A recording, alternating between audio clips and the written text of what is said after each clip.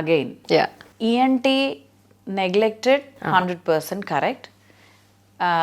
భగవంతుడు నాకు ఆ విజన్ ఇచ్చి మేబీ 97-98లో ఈఎన్టీ ఈజ్ వెరీ నెగ్లెక్టెడ్, కానీ ఈఎన్టీ డాక్టర్స్ చాలా కష్టపడతారు రిజల్ట్స్ తేవడానికి, ఈఎన్టీలో కూడా డెత్స్ ఉంటాయి అనే విషయాన్ని నేను తెలుసుకున్న తర్వాత I said we should do something. మనం ఏదన్నా ఈఎన్టీ డిపార్ట్మెంట్కి రికగ్నిషన్ వచ్చే పనులు చేస్తే బాగుంటుంది అనేది అప్పుడు స్టార్ట్ చేసిన, అంటే కంకణం కట్టుకోవడం అంటారా అది.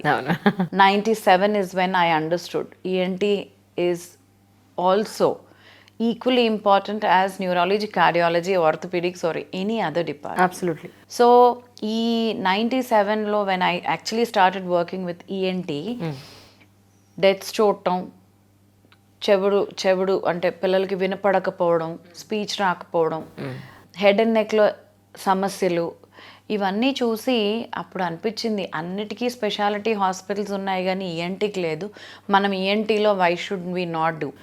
మేము పెట్టేటప్పటికీ అప్పటికే ఒక 2-3 సెంటర్లు ఉన్నాయండి, కానీ I wanted to do something very different. So మా అదృష్టానికి మా team ENT doctors team result oriented. So doctor result ఇచ్చి మనము సర్వీస్ ఇస్తే దట్స్ సక్సెస్ఫుల్.